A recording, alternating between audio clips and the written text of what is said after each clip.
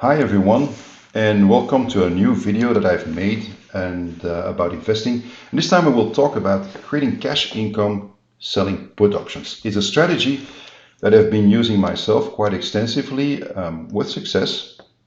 And I just wanted to make sure that you will be aware of the risks and the benefits that are related to this selling put options.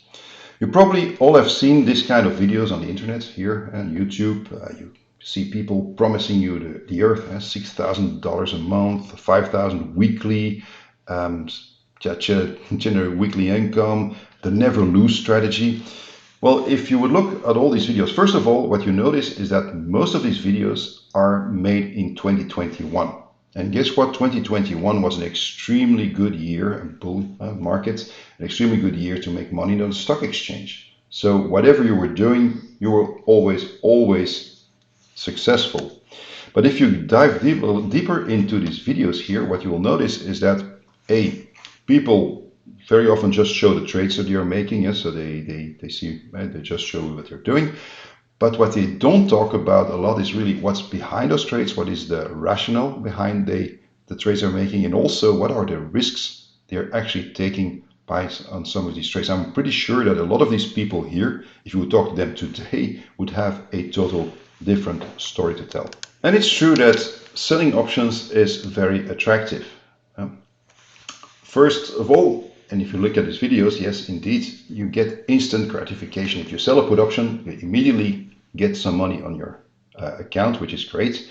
It's easy money. They promise also in the videos that if you just would do like 1 hour trading a week, you would become a millionaire after a few years. And it's also true, most of the time you will make a profit, and we'll show that later in this video as well. But everything works pretty well, and in 2021 it definitely went well until, of course, you get into your first big loss, and then it's panic. It could actually literally wipe away all of your gains in one shot if you're not sure what you're doing. So before we continue, I would like to make sure that we're all on the same page, so I will quickly give you an overview of what put options are. So a put option is best seen as a contract between the buyer of the option and the seller or writer of the option. The buyer of the option will pay a premium, and in return will have the right to sell 100 underlying shares at a predetermined price, which is a strike price, during a limited time period. So this contract has a strike price and an expiration date. So after that date, you cannot trade anymore. And when will the buyer exercise the option? Well, we'll exercise the option logically when he can buy the shares on the market at a cheaper price than he will be able to sell them. So in other words, when the market price, so the share price, is lower than the strike. Now, the seller or the writer of the put option will collect the premium and in cash and will just keep it. So nobody will take it away. But it has the obligation to buy 100 underlying shares at a strike price if A, the buyer decides to exercise the option, that could be at any time between now and an expiration date, or in any case, if the market price of the underlying share is lower than the strike price at expiration. So typically the expiration is at the third Friday of the month. Some shares actually, or some options expire every week or even twice a week in some very popular cases. But normally the default is the third Friday of the month.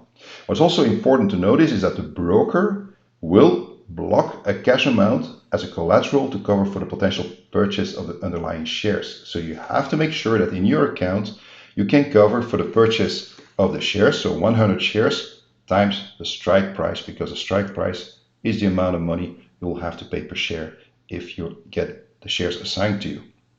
A very common way to look at the selling put options is actually to look at the profit and loss diagram for a put option. And you very often see that with the brokers as well. They give that to you as well. And on the horizontal axis here, you see the share price.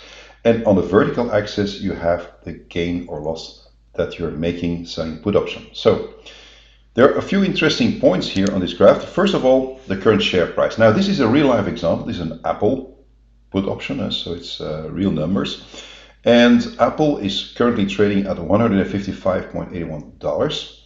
And here in my example, I took the strike of Apple at 145, which is roughly 5% below the current price.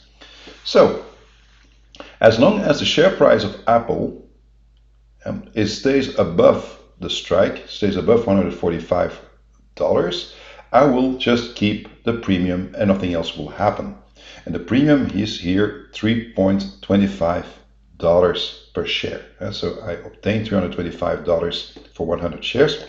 So I would just keep those $325 without anything else. As soon as the share price goes under the strike, I might be, and it's not per se, but I might be, and at expiration I will be, I will be assigned 100 shares of Apple at a strike price of 145.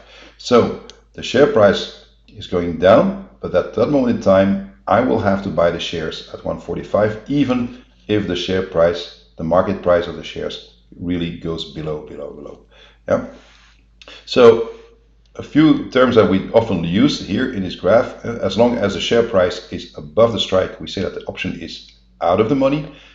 If the share price is at the strike price, we say it's at the money. And as soon as the share price is below the strike, we say that the option is in the money. Now, the first thing that strikes you in this picture here is that if you look at the profit versus loss, and you see that when you make a gain, the maximum gain that you can make is $3.25. It is the premium.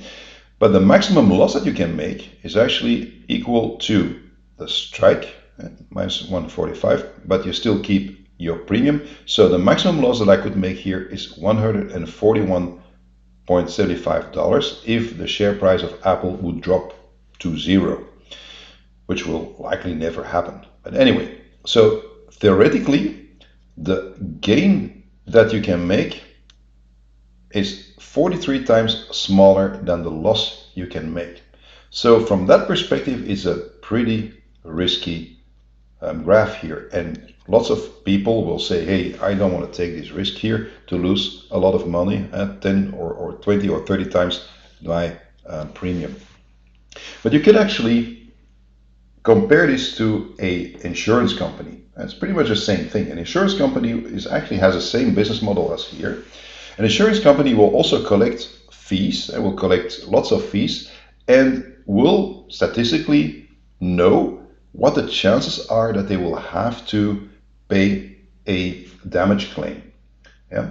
And of course, the entire business model evolves around the fact that the insurance company will collect way more fees than it will actually have to pay a damage claim.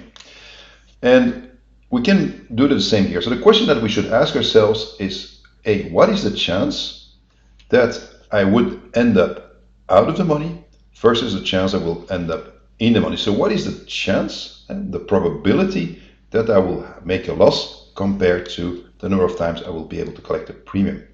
And the best way to look at that is to look at the history of the share price. And let's do that. You see here charts, and I will go down to a chart that really looks familiar. This is for Apple, the evolution of the share price of Apple since early 2000 until now. As you can see, a very successful share. What I did now for this exercise here, I looked for each expiration date, so the third Friday of the month. I looked from one period to the next. I looked how many times that the share price went up in a period or went down. And this is what the following graph is giving me here. So you see here, every little bar here in green or red is representing the amount that the share price went up or down in that period, starting in 2000. Now, there are 272 periods that I looked at. And as you can see, in the green means that the share price went up from one third Friday to the month to the next. and sometimes as high as 43%, 29%, recently 14%. And the red bars is the amount of the percentage that the share price went down in one period or in 1 month. And it went down here quite drastically, minus 65%, but also recently minus 16% and minus 8% quite recently. Now what you might see here is that the number of red bars or columns is actually less than the green bars. And we can look at it in a different way as well. We can look at a frequency distribution. 0% here means that you end at the same price that you start a period, and green means that you end up higher, 1%, 2%, 3%. It's one column per percent, and the red means that we end up minus 1%, minus 2%. So, and it counts the number of times we were outside of the money versus the number of times we were in the money. And the results, maybe to your surprise, is that with Apple, in 62% of the cases, so third Friday to third Friday, the share price actually went up. And in 40% of the cases, it went down. So those are the red bars. Now for the shareholders, this is a great graph, because it means that overall the share price went up more than it went down, and that explains why the share price is going in that direction. But for put option sellers, the story is a little bit different. Why is that? Is because, and let's go back to this graphic here, for each gain that you see here, and sometimes 22%, 20%, etc., but each gain here, as a put option seller, you will only get your premium, which is, of course, irrelevant if the share goes up 43% or 15% or 20%. That's irrelevant. You will always make the same profit, which is your premium. However, with every loss, with every red column here, you actually will be assigned the shares with a loss, and so you will have to buy the Apple shares at a discount, and actually even with a loss below this, with a loss because the value will be below the strike. So for the put option seller, it is much more important to understand what the loss to gain ratio is. Yeah, and you can even look at it a little bit differently, because if you have a 60% chance to make a gain and a 40% chance of making a loss, to be in the money, it means that if you have 100 trades, 40 trades, on average, 40 trades will be a loss. And 100 trades, 40 a loss. That means that your loss, to be able to make profit overall, your loss should not exceed 2.5 times your gain, your premium. 100 trades, 40 losses, 100 divided by 40, that's 2.5. So your loss should not exceed 2.5 times your gain. Now, if you have been trading options for a while, you know that when you make a loss, you typically will make much more than 2.5 times your premium. So the loss can be quite significant, especially if you have cases like you go 30% in the red, or 31%, or in this case even 65%. So for a put option seller, this is not a good graph, because the risk is too high. Yeah? So how can you reduce the risk? Well, very simple. You can do that by decreasing your strike price. And let's do that. So let's look at the option chain here for Apple. And as you can see here, if you're familiar with the straddle view of options, so here you have the call options. On the right, you have the put options, and in the middle, you have the various strikes that Apple options will sell at. So we are at the money now. So the current price is $155.81.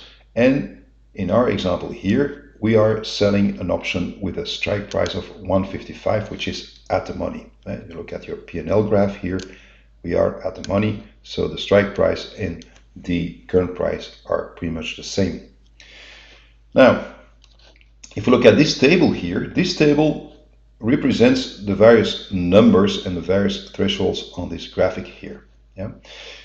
The first thing that to understand is that when you would sell a put option, Apple put option, with at the money, so a discount of 0%, at a strike would be 155, you would receive a premium of $6.45. Here, 155, the bid price, which is a price typically that people are willing to give, is $6.45. That gives you an option yield of 4.16%. What is the yield? Very simple. You know that you have to pay $15,500 if you have to purchase the 100 shares. And so you get assigned the shares, that's what you'll have to pay. But you receive a premium of $645 for the 100 shares. So the yield is simply the premium divided by the strike, and it will give you a 4.16%. That's 6 weeks, which is much better than a dividend yield, of course. Now let's take a closer look at the numbers here. So first of all, if the share price at the end, at expiration, would be 3% below the strike, so you would be in the money below the strike, and so the share price would be $150.35 here. Yeah, you would still make a benefit because you're 3% below the strike and your option yield was 4.16%, so you're still making a very, very small profit. Your loss to premium there is negative 0.2. If you would be 5% lower, yeah, you would start making a loss, and your loss to gain and the loss to premium is 0.2, and etc. 2, 3, go. So let's now apply a discount. So we're going to select a cheaper strike. So we put like a 5% discount to our strike. Now our strike that will now be selected is 145. So we went down $10. Now $10, that means that if you get the shares assigned to you, you will pay $10 less per share. So $1,000 total. You will have to pay less just thanks to this discount. Yeah, so you're buying your shares then at a discount. Now your premium, as you notice, is also dropping. It was $6.45, now it drops to $3.25. So for the strike of 145, which gives you a yield now of 2.24%. So that's of course the flip side of lowering your strike, is that your option yield will drop also significantly. Now, what does it mean now for a probability that you will actually gain your money? Let's take a look back at our volatility. Yeah, what you see here with a 5% discount, that now all of a sudden the 5 bars on the left of my mid-axis here are now also in green. So you see that the blue bar that you see here is a 5% discount threshold. All the bars now are below 0 and minus 5% are now also out of the money. And so the probability that you will end up out of the money has now jumped from 60% to 80%.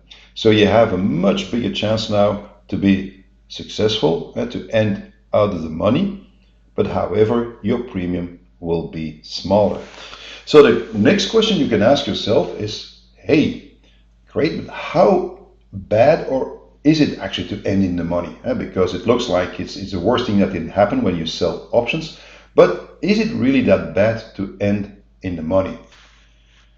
Well, if you end in the money, there's basically 2 things that you can do. Well, actually, if you don't do anything and you just let everything happen, well, you will just be assigned the shares and you will buy those shares at the current strike price. Quick side note here, that for index options and for ETFs, you will not receive anything. Typically, there will be a cash settlement. So the loss, instead of you obtaining the shares with a loss, and so you buy the shares and with a loss, here you will simply, the loss will be deducted from your account. That's the default. But the other option is that you take action and you say, hey, you can also buy back your options. Now, since the option is now in the money, you will likely pay more for this option to close your position than you originally received money. So you'll make a loss also buying back your options. So what's the advantage if you own the shares? Well, first of all, by definition, because you have probably put your strike a little bit below your current, your initial price, so said with 5% discount, you automatically buy your shares at a discount, even if you buy them with a loss compared to the market, but you still have this discount compared to the original price when you enter the trade. Second thing, quite important, you don't lose money until you sell shares. So if you strongly believe these shares will on the long run go up, you can still end up making a lot of money.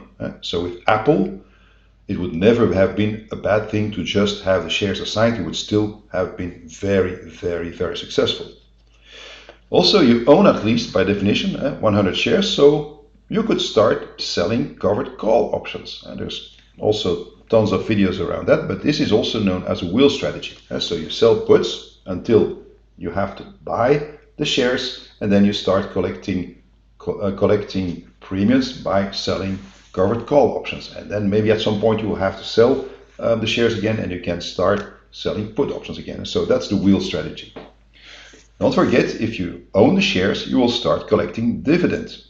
And yeah, I think quite important, the risk that you have if you own the shares is pretty much the same risk as simply owning the shares.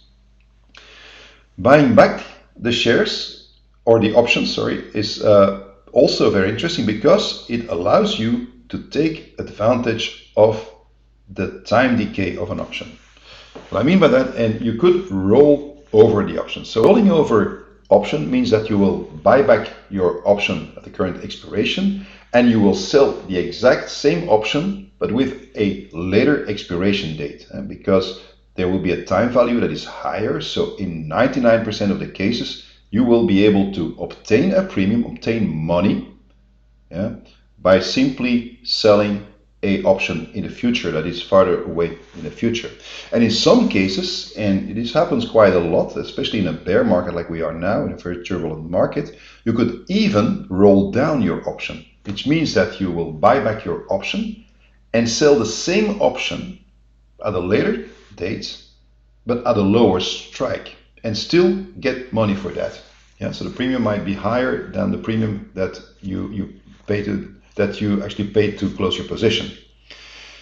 And of course, the last option that you have is just to exit the trade and take the loss and forget about it. So this is the worst case scenario. But in any case, I would say that if it's possible, try to roll the options, but it's not always possible.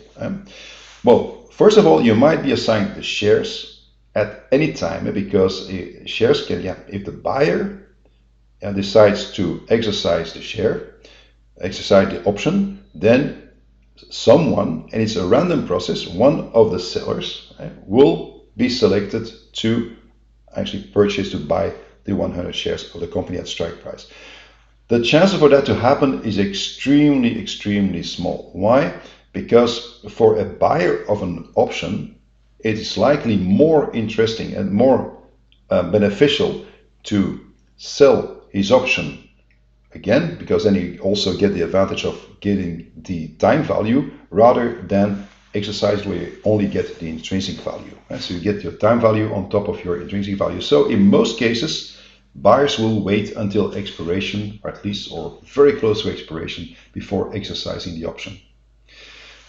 Deep in the money options might not be rollable. If you really get really deep in the money, there might be absolutely no interest anymore for people to buy put options, or to purchase put options with a later expiration date. In that case, you won't be able to roll. In that case, I would also suggest just have the shares assigned or take the loss.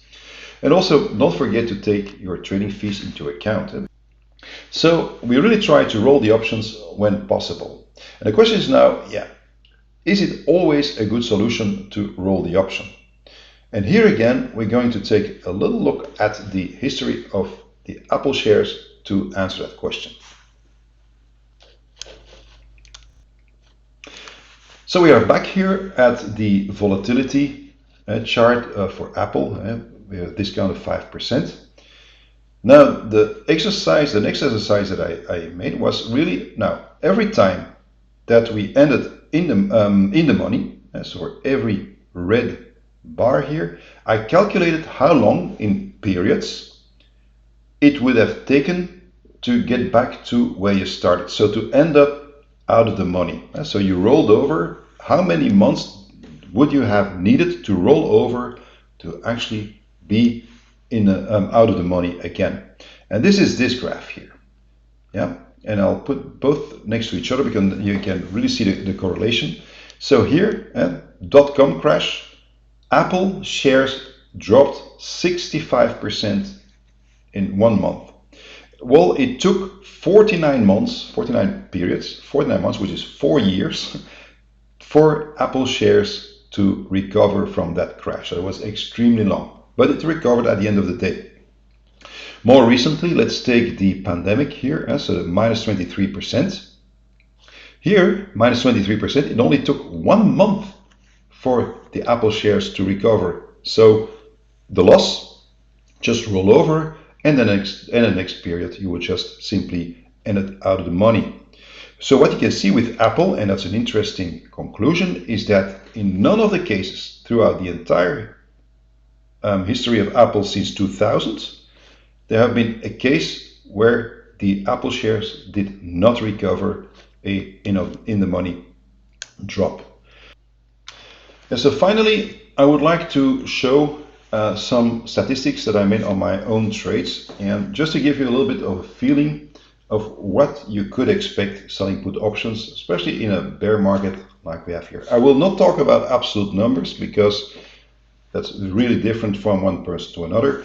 So I will talk in percentages, but let's first try to explain what you see here. So this year I made 81 trades. I sold 81 times. I sold put options. Yeah, there are still 17 trades that are pending, so that I still have to wait for the expiration to happen.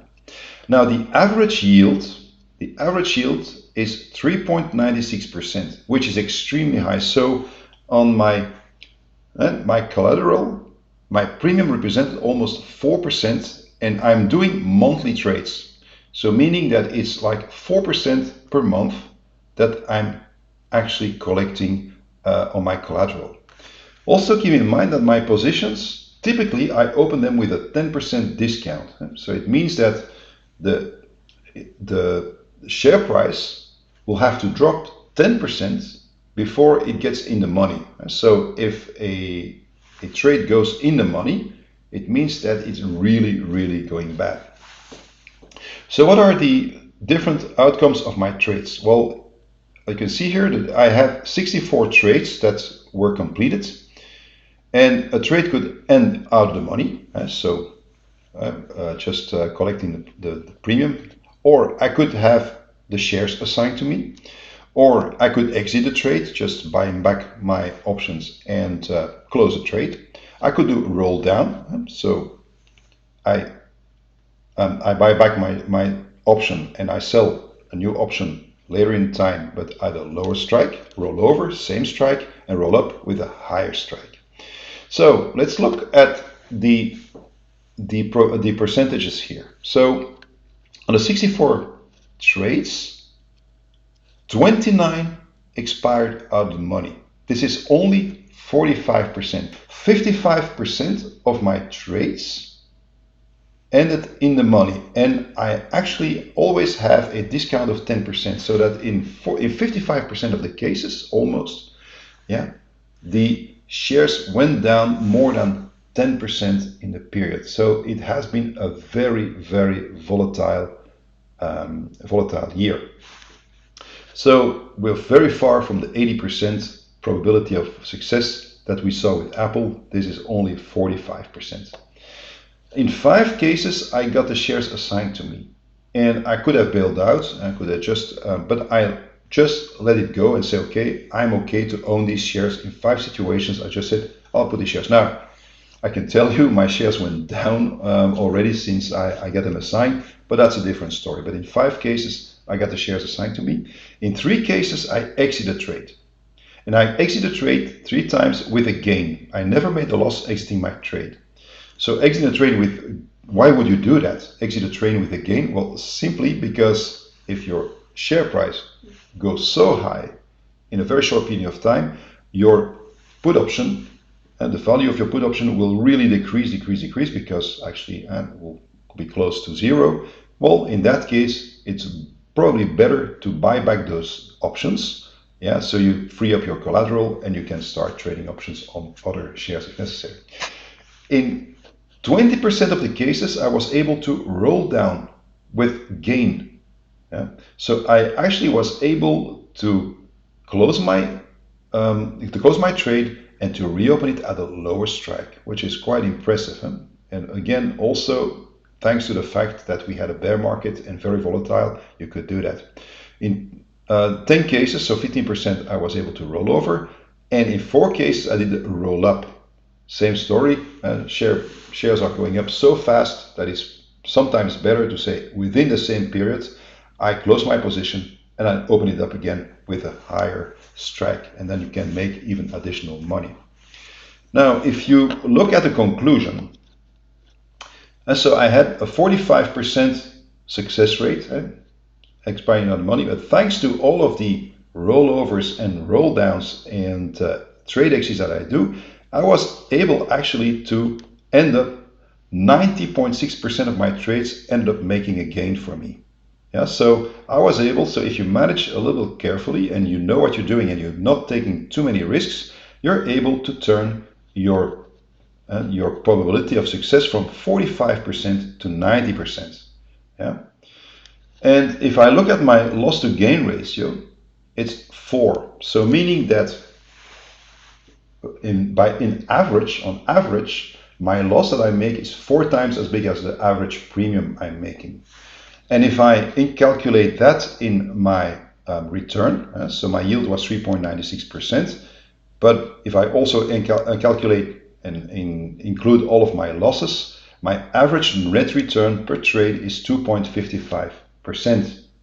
Since I'm trading on a monthly basis, you could actually extrapolate that, and if you would do that on a yearly basis, 2.55% per month is 35% compound annual growth. So this year, while on my shares I made quite a substantial loss on my shares, on my collateral I actually made almost 35% profit, which is not bad at all. So conclusion of this entire story, can you make profit selling put options? Yes, absolutely, you can. So to end, I'd like to really give you some of the key takeaways. Things that I learned and very often in the hard way, but very important if you want to be successful selling put options. First of all, only sell put options for shares you don't mind owning. At some point, you will be assigned shares, whether you like it or not, but you better have shares and that you don't mind owning on the longer term. Also important, don't focus too much on the size of the premium. It's really the number of trades that will make you successful. It's not the having that 10% premium one time. It's actually even too risky. You probably will end up losing money if you only focus on high premium. You really have to focus on the number of trades. Collect a reasonable premium, and for me reasonable means like maybe 1 or 2% of your collateral per month, but also look at the probability of being out the money. And a very good metric for that is the implied volatility. There are also tons of videos on the Greeks and implied volatility. Please take a look at that, but make sure that you put as much probability on your side to be successful at the end of a trade, because the best trade is still the one that ends out of the money. Keep your positions manageable. Yeah, probably one of the biggest risks that you take if you're being overconfident. You start taking more and bigger positions with a huge collateral. Don't do that. Keep your collateral small, so in case you have to buy your shares, that you don't end up having positions that are too big and every loss becomes so big that you really will be wiped out of your gains. Verify that an option is rollable. There are multiple ways of doing that. You can look at the theta, which is a time decay. But what I do is typically if I sell a put option, I will look at the premium and look at various expiration dates in time in the future and see how it evolves. If it's really like almost the same from one month to another, I will not sell that put option. I want to make sure that I also, if I end up in the money, I can actually do a roll over and still get some premium by doing that. And it's really quite different from one put option to another. And it's very much highly dependent on time decay, but also be careful, because once you get very deep in the money, then probably your option will become less rollable and you might have to exit the trade at the moment in time. Try to avoid financial reporting periods. Yeah, for me that's one that I always have on my radar screen. You know that when the financial results are being published or announced, you know that typically share prices will jump up or jump down, and that's not good for selling put options. If your share price jumps up for 20%, you don't have any benefit of that. I mean, if it goes up 2%, 5%, 20%, you always make the same profit anyway. But if it goes down 20%, you will be hit very hard by if you're selling puts. So try to avoid financial reporting periods. If a put option is in the money, close to expiration, always try to roll. Rolling is always the best option. And also we looked at that with Apple. If you just wait long enough and your share, and again, it's a good reason to take a very strong and solid shares to sell put options, because at the end of the day, you will always recover. If you get assigned, and it will happen, I would also suggest that you either sell quite quickly or you put a stop loss order. Don't let the loss go too deep. I mean, I typically take a 33% loss compared to the strike. So you have to imagine my strike price is by default already 10% below the original price, so the starting price. My strike is 10% below. So if I am going down an additional 33%, I would already have lost 43% from my original price. There's probably something in there that is not good, and I will sell. I will know, questions asked, I will sell the share, and I'll start over again with some other. But I didn't have to do it so far, so I'm still good. But it's really important that you don't let the losses take over too much and eat too much of your gains and profits. And finally, the will strategy. It's absolutely fantastic. In the money, you own the shares, and you can still continue to collect premium. And if the share price go up, and by the way, even with covered call options, yeah, if you get close to expiration and you get in the money, you can also roll your covered call options, so that you don't per se have to sell your shares if you're in the money. You could do exactly the same thing, and even a roll up if necessary to increase your sell price for when you have to sell your positions in the future. So I hope this was useful. I can tell you I was a little bit skeptical about put options in the beginning, but the more I start looking at it, the more I think that there is really a pretty safe and risk-free way of trading put options, but you really need to understand what you're doing. And I think the rule of thumb is not to panic, and don't do things in emotionally. Just think about it, but also keep in mind that you will have small losses. That's part of the entire game. The key here is to collect as much premium as you can. I hope this was interesting. So if you like it, please leave me a comment, and I'll be more than happy to react to that. So thank you very much for listening, and talk to you later. Bye.